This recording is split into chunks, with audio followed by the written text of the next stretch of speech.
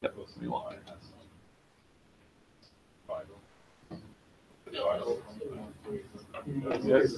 thank you for your help.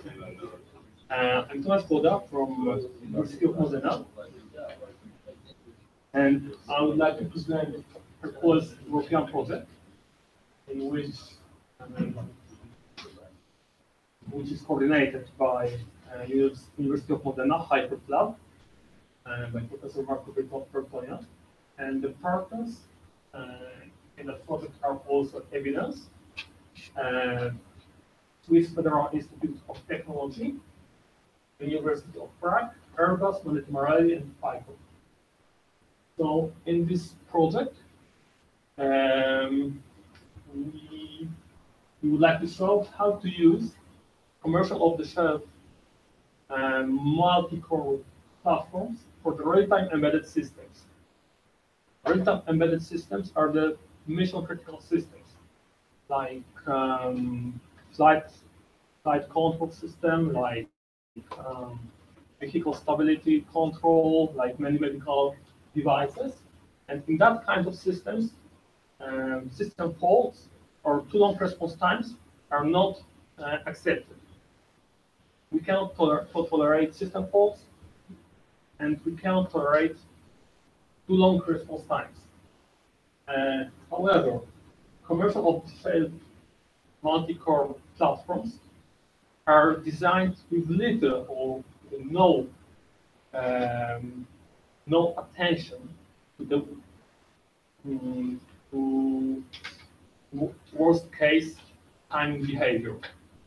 In that systems, in multi-core codes, we have multiple components like CPUs, which may initiate the access to the shared resources like memory, like caches, independently.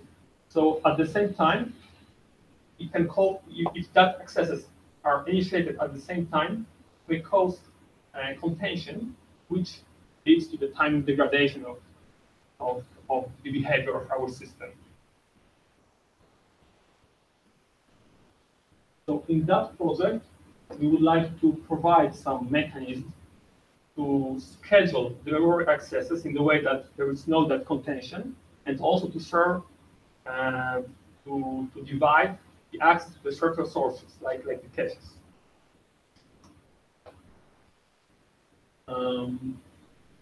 We chose in our project as the point of the reference for the commercial off-the-shelf multi-core system, NVIDIA JSON TX1 GPU and 4 ARM-857 cores. The real-time operating system which we are using is Arika Enterprise. It's first open source operating system certified for the automotive. It's fully compliant with AutoZAR, and nowadays Arika is widely used in not only in academic company, but also in academic world, but also in automotive market, like for example, Modena is using it.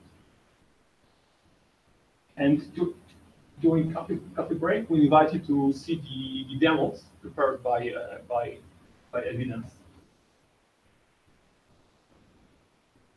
So in the first step in our project, Evidence has ported Arika on TX1 and also on TX2 and Kloda scale. Then to split off the hardware resources, to assign that hardware resources to the particular operating systems, Evidence ported the jailhouse hypervisor on TX1 and TX2. So with jailhouse, we know how to assign the cores to the particular operating system. And now our goal, our task is to extend jailhouse to schedule the memory accesses and divide the shared L2 cache.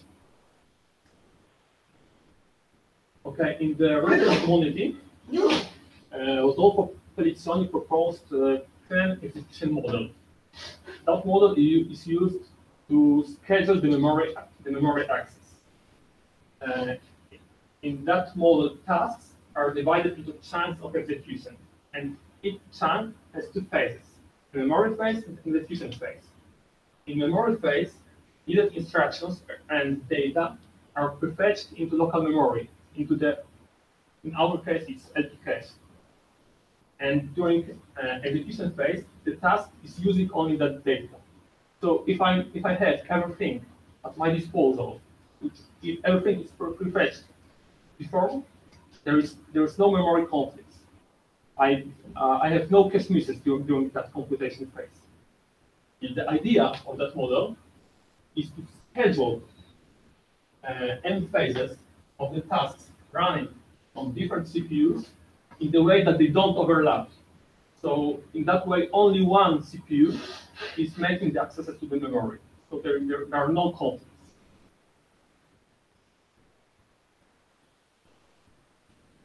Okay, and in IFR lab, at the University of Modena, we are implementing the mechanism to implement that memory phase. That how we are thinking how to prefetch data into the cache.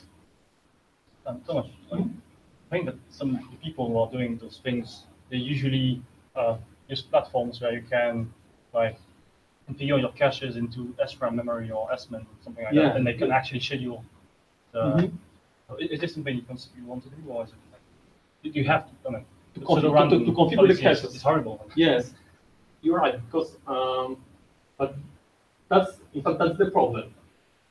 Because we would like to, it would be nice to have some mechanism caches, and in fact there are some mechanisms. You can do cache coloring and do physical address, and there's a lot of stuff that there's also people that use the PMU to eliminate the. In fact, it's what we are doing, cache coloring. Right. But I think that your question was rather about the hardware mechanism, like lockdown by master, like in Intel you have CAT. You can divide your cache, without blurring, without much burden.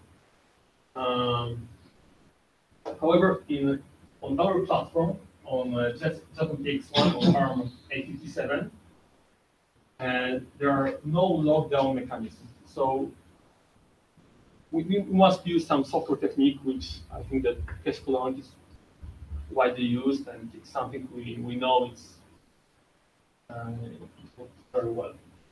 So yes, so there are two points. There are two challenges to do that, to implement that memory phase.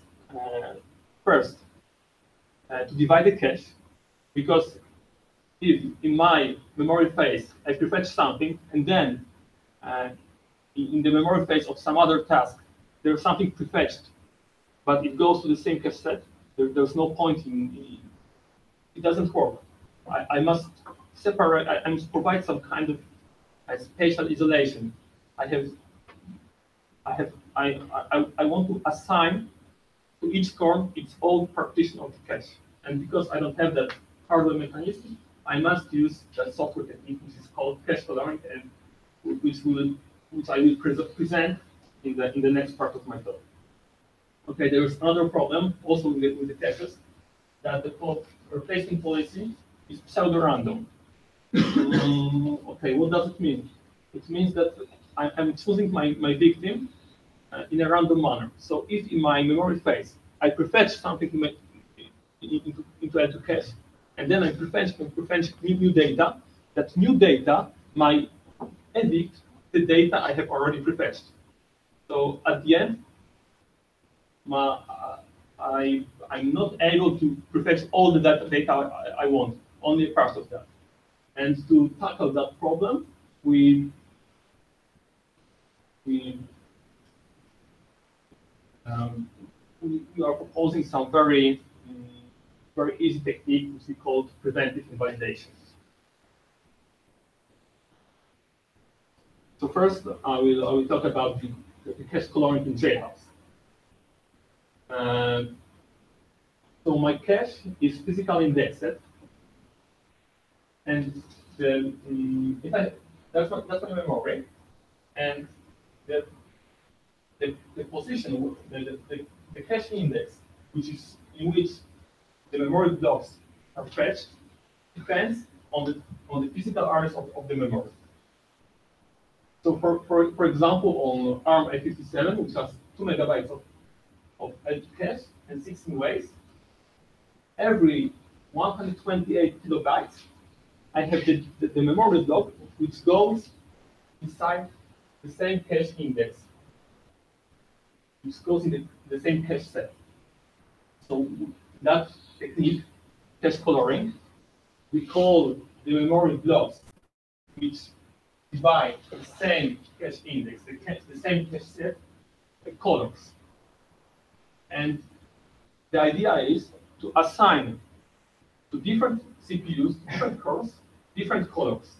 So in that way, each CPU has at its disposal its own partition of the cache.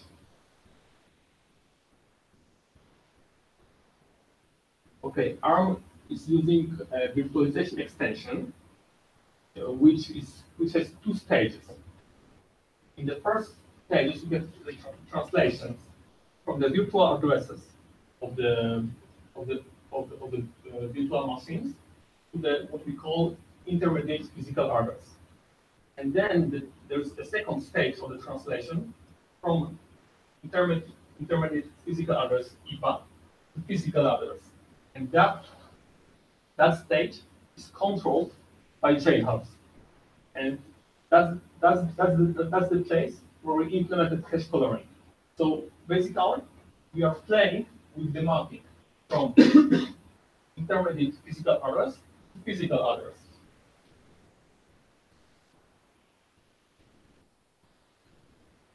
So in jailhouse, you have the configuration files for each operating system. You write a configuration file in which you describe the hardware resources you assign to your operating system. For example, you specify which cores are assigned to that operating system. You specify also the PCI devices and what is important in our case, memory, the physical memory. So we extended the jailhouse structure, which is in the jailhouse, to in the way that now it's possible to define a memory region of a given color. So we specified the physical start of that region, its size, and then its color. So only the memory regions with that specific color will be actually mapped from intermediate physical address to physical address. And of course, we had to modify a lot of things in the jailhouse, in its structure, in its mechanism. For example, loading of the system image on that non-continuous memory regions. And the other thing, which was done in particular by Mark Solieri and Luca Mitchell, which are here with me, is automatic generation of that memory regions. So you can describe parameters of your cache, and then you can assign very easily the colors you have. Everything is done in very nice and automatic manner. An alternative approach to that problem is the use of HERCULES. And there's a very interesting quote of Paolo Modica, Alessandro Biondi, Giorgio Buttato, and Anu Patel, which they implemented cache coloring with HERCULES. Okay, to test our cache coloring, Malcolm implemented with LMBench a simple test. It's a pointer walk. So we allocate a buffer, and then within that buffer we do consecutive memory accesses. Many times we access the memory. And here let's focus only on two curves, the green and brown orange. So we run our benchmark on one CPU with cache coloring that gives 1 megabyte of the cache, and on the other part we are running some CPUs which are making some interference. They are running the stress benchmark, stress workload. So we see that with cache coloring, we can maintain the latency of the memory accesses at a constant level within that buffer. If the buffer is within the size of the cache. Without cache coloring, the very big degradation of that latency of the accesses. Okay, so now I would like to say how to handle that pseudo-random replacement policy, how to avoid self-eviction. So pseudo-random caches works as follows. So if I want to prefetch something to my cache set, I must choose a way in which the data will be copied. So if there is at least one empty way, I knew that data is copied into that empty way. If there is no empty way, if all my ways are taken, then I randomly select a way which is discarded, and that's the way in which my data will be copied. So, for example, it's an example of 8-way associative cache, and in my PREM model, in my memory phase, I want to prefetch my data into that cache set. And suppose that the green boxes are the data which I'm actually using, that I want to prefetch. I prefetched four data in my cache, and I want to prefetch the fifth. So, because in that cache set, I have some other data which I'm not using, but they are there. So I have 50% of chances to copy successfully my data in that green box, which would be good. And on the other hand, I have 50% of chances to evict some data which I'm using, which I actually prefetched before. So we did a simple experiment in which we mapped 16 memory locations, which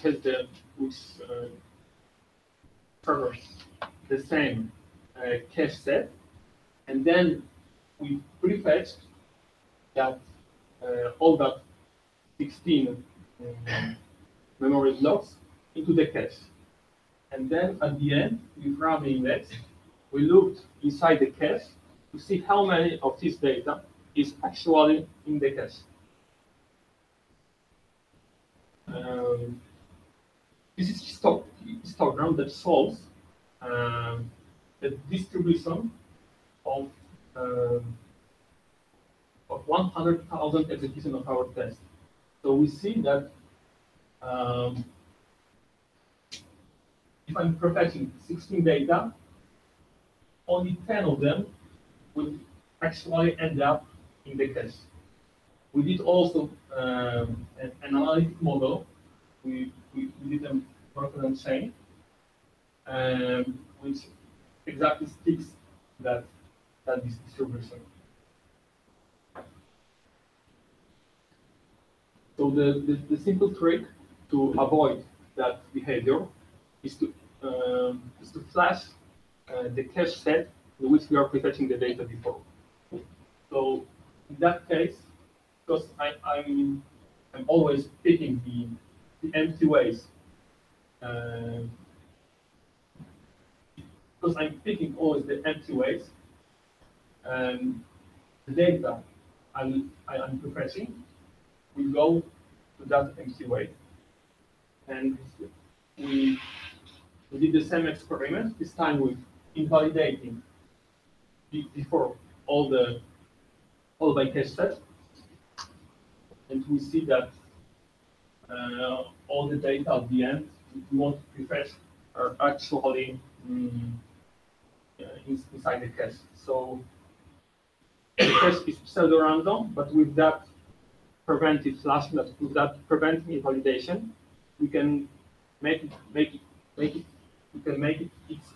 behavior quite predictable.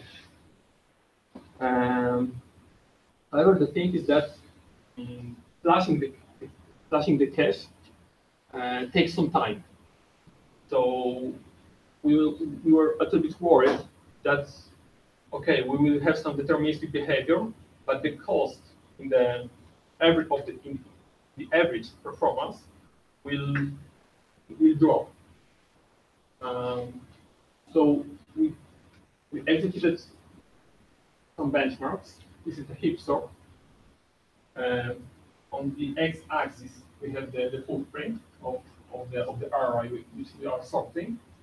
And that footprint is expressed in the number of the cache ways that data is using. And the orange line is the number of the misses without invalidation, and the red one, the number of cache misses with preventive invalidation. So we see that we have almost 2 times less of the cache misses. And here is the execution time. It's the average execution time, average performance of our benchmark.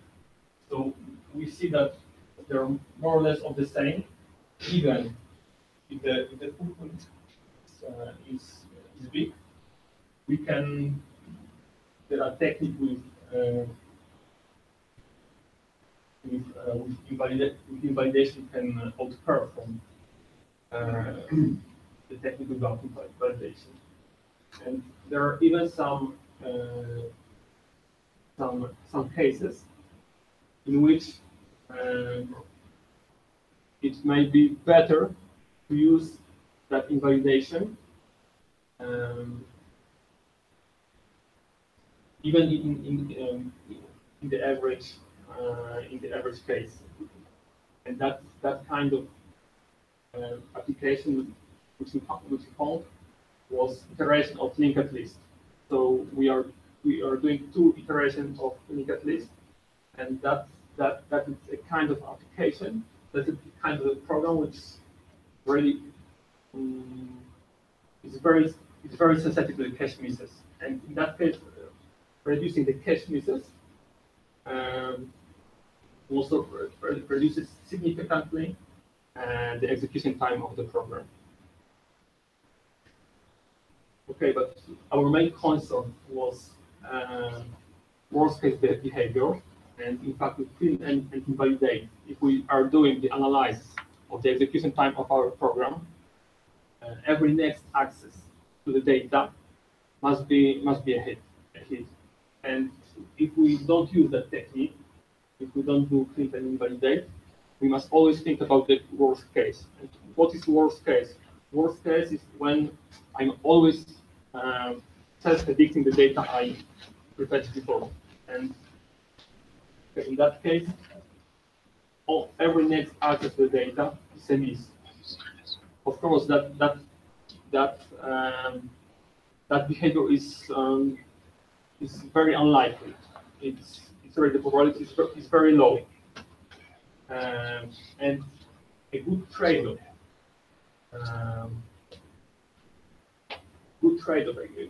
There's to take into account that probability is static probabilistic dynamic analysis, which is bounding that worst case behavior to solve that, to calculate that probability of that behavior, and then to solve that probability is below some permissible failure rate of our system. And there's a couple of work from University of York, from Davis, as Sebastian Altmaier from the University of Amsterdam. Okay, so to sum up,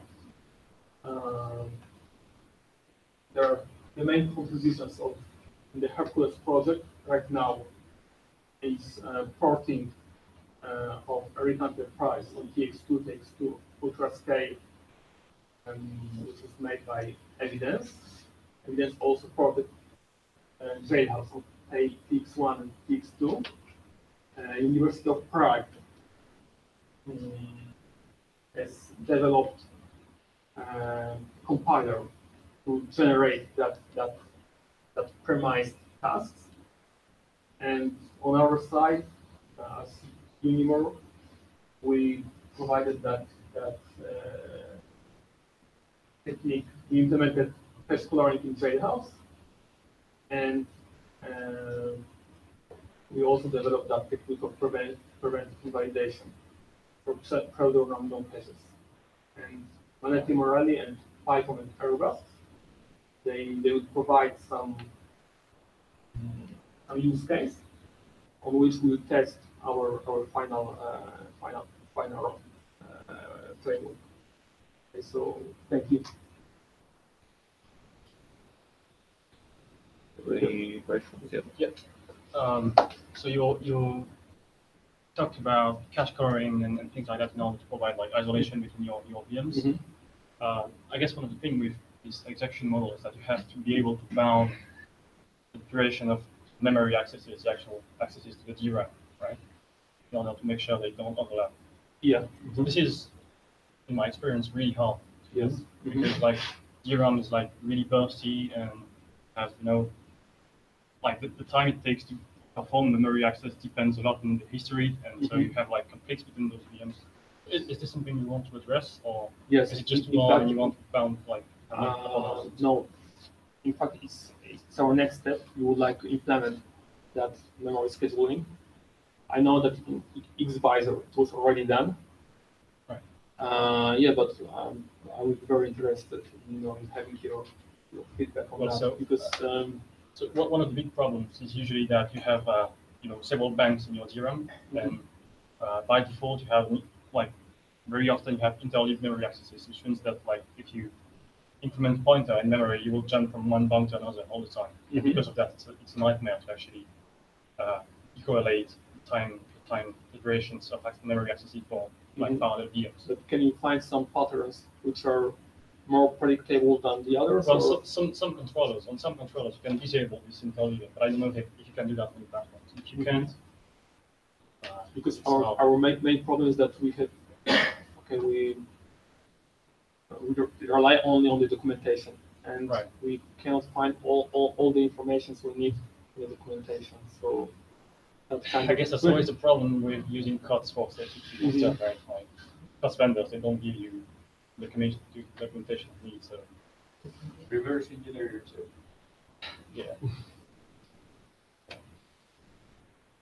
Are you planning to contribute back to Jailhouse? I mean, your modification. Yes, already. Marco and Luca created a branch, and I think that if we get the permission from the Unimore, I think that shouldn't be a problem. I think that that branch will be published. Thank you. Thank you.